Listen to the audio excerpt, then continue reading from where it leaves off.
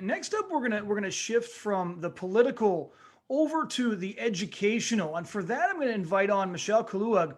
She is the executive director of Toronto Right to Life. She's been involved with the pro-life movement in Toronto for 7 years. I didn't even know how long it was. Now I met her years ago already.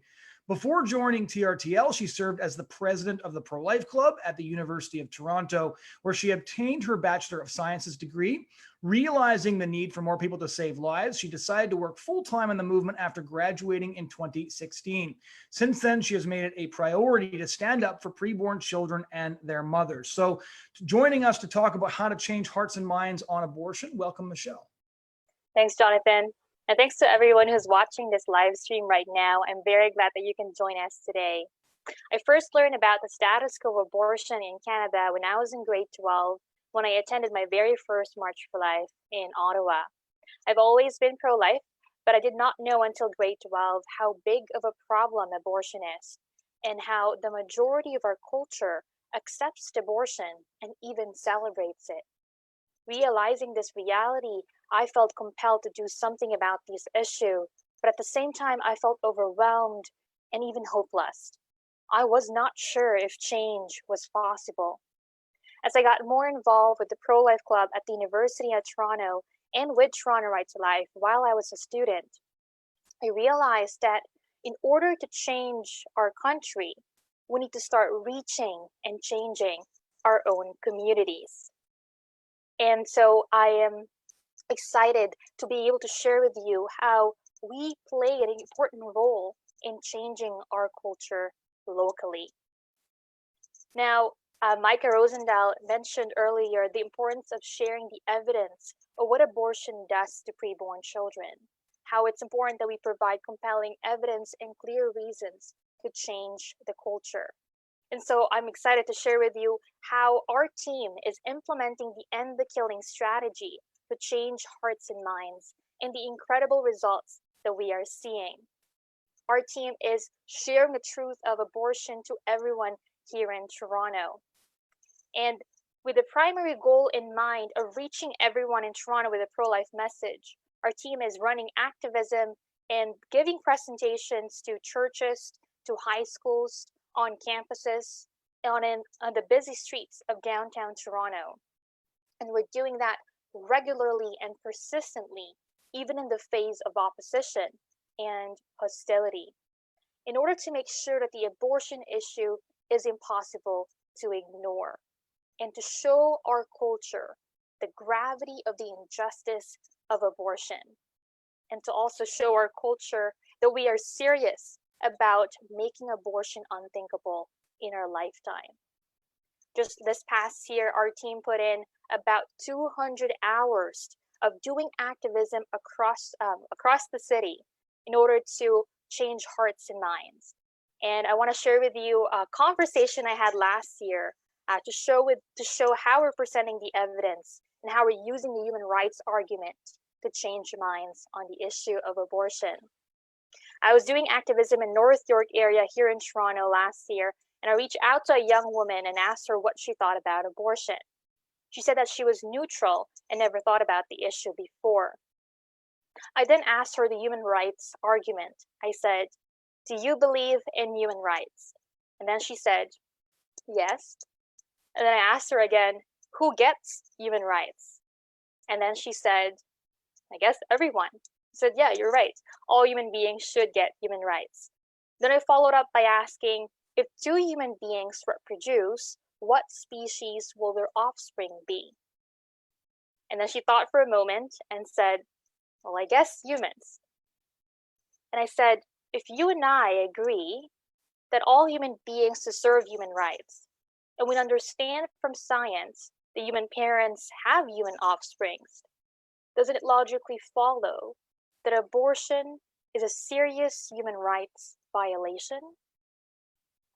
Then I showed her a photo of an abortion victim at around 10 weeks, and she looked at that photo intently, and she was nodding. And to clarify what she was thinking, I asked her, "Do you think this is ever okay to do to another human being?" Then she said, "No, this is never okay." I never knew what abortion looked like until today. When we use the human rights argument to complement the evidence of abortion, we are able to defend and present the pro-life position effectively and change people's minds on the issue. It is through conversations that we can reach people and change their mind. But 70% of the work is actually done by the images of abortion victims and healthy preborn children. There are many people who see the truth of abortion. By simply seeing the truth of abortion, they change their mind. Let me give you an example of a really inspiring testimony from my colleague Josh while he was doing activism at the University of Toronto. He reached out to the student and asked him what he thought about abortion. And the student said, let me read to you the quote from him. He said, you know, when I saw you here last year, I thought you were wrong. I would have not taken a pamphlet or even talked to you. I was pro-choice. But after seeing you here again and again, I started to think more about the issue and did some research. I read some of the arguments and watched a video of an abortion. After seeing that, I changed my mind, and I think abortion is wrong. Thanks for what you're doing here, and keep up the good work. And that's just one of the thousands of people who saw the truth of abortion and changed their mind. Not only we're changing minds of people who are pro-choice, but we're also inspiring fellow pro-lifers to take action. When we do activism on the streets, we meet pro-lifers who've never seen what abortion looks like and who never realized how big of a problem it is. When they see the truth of abortion, they sign up to get involved. And when they realize the urgency of this issue, they realize that they need to take action. A great example of this is my friend Adam, whom we met while doing choice chain or activism at Ryerson University. When Adam saw the truth of abortion, he signed up to get involved. And then he got the training by attending one of our dialogue workshops. And later on, he did CCVR's internship in order to equip himself to be an effective pro-life advocate. He came back to Ryerson, he came back to his campus, and is a confident pro-life advocate now. But not only that, he's leading Ryerson Against Abortion today. When pro-lifers realize the emergency or the urgency of this issue, and they know and learn that they can change hearts and minds, they get more involved and committed to the cause. Our team is also giving presentations in high schools across Toronto, and we're presenting the scientific evidence of who the preborn children are and what abortion does to them. And when we do that, students change their mind on abortion. When my friend Katie, a colleague of mine as well, when she gave a presentation on abortion at a high school, she told us that one of the students kept interrupting her and arguing with her, and the student was presenting pro-choice arguments. And as part of our presentations, we played a video of Dr. Anthony Levatino, a former abortionist, now pro-life, to explain how abortion procedures are done. After playing that video, the pro-choice student raised her hand and told Katie, I just wanted to let you know that you changed my mind. We're also seeing this incredible change when we look at and summarize the feedback forms we get from participants and from the audience. We found that about 70% of the people who saw the presentation shifted their view towards the pro-life stance by at least a point on the scale. Now, 58% of those were not pro-life before the presentation, and 42% of those people were somewhat pro-life or neutral on the issue. And 66% of those who did the feedback form said that they felt motivated to take action against abortion. When we expose the injustice of abortion and provide evidence of the humanity of preborn children, people are changing their minds on abortion and also are getting involved. Now, in order to reach the whole city, we need the help of our fellow pro-lifers to do that. And that's why our primary goal is to empower and equip other pro-lifers by providing training and mentorship. Through our project Toronto Against Abortion, we are helping and supporting student leaders from Ryerson University, York University, and University of Toronto as well, in order to implement the End the Killing strategy on their own campus so that they can effectively reach their peers on the issue of abortion. We also run weekly seminars on each campus during the school year, and currently we are running weekly or even daily webinars to equip people to be an effective pro-life advocate.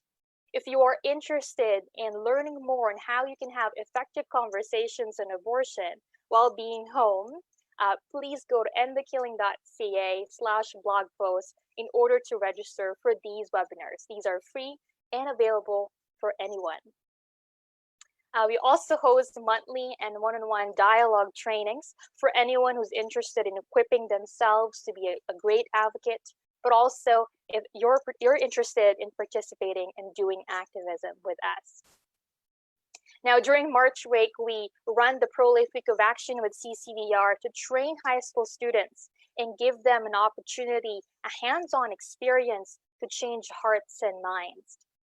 Just this year, we had 12 students register for this event, but unfortunately, we had to cancel it because of the pandemic. And so we are looking forward to welcoming students for next year's event. Now, during summertime, we also provide an opportunity for people to learn through the crash course, which provides comprehensive training and also experience doing activism with staff and volunteers and interns.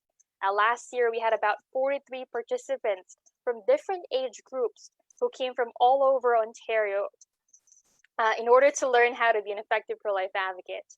And it was really amazing to see so many of them step out of their comfort zone and courageously share the truth about abortion on public sidewalks to the general public for the very first time. Now, part of training our staff, volunteers, and participants is understanding how to share a difficult truth to our wounded culture. With 100,000 of abortions that happen every year, it is likely that we meet someone who's been wounded by abortion. And that's why it's important that not only we know the intellectual arguments against abortion, but it's also crucial that we understand how to deliver that message with compassion, so that not only we're changing minds, but we're also reaching hearts. Our ultimate goal, in order to make abortion unthinkable, is to win people over, not arguments. One of my favorite quotes is by Martin Luther King Jr. He says, "Whom you would change, you must first love, and they must know that you love them." And that's why we need to speak that truth with confidence and with compassion, and to share a message of healing and hope to those who's been wounded by abortion. And that's why CCBR and Toronto Right to Life regularly partners with the Silent No More awareness campaign to bring that message of healing and hope to our culture. Angelina Steenstra and Dale Barr are two of the main speakers of the campaign, and they join us on the streets, on campuses, to share their testimonies of healing and hurt from their own experience of abortion. And when we do activism with them, we notice that so many people come to us and open up about their own stories of healing and hurt from abortion. And by being there, by showing up, by being visible, not only we're able to share that truth with compassion, but also provide resources for post-abortion healing to our wounded culture. There's so much momentum and growth here in Toronto, and Blaise will share more about that later. There's so much I can tell you, but we have limited time. But I want to take this opportunity to thank all our dedicated volunteers who are courageously sharing the truth with love and with compassion. Because of you, we see countless minds and hearts changed and lives saved. But the reality is there's more work to be done. and more people to be reached. And so we need you to join us throughout the year to continue exposing the injustice of abortion and defending human rights for all human beings. If you want to learn how you can be active and join the movement today during this pandemic, please go to endthekilling.ca/blog post. One of our colleagues will drop the link in the comment section, and there are different ways there how you can equip yourself and be a voice for the voiceless today. Thank you.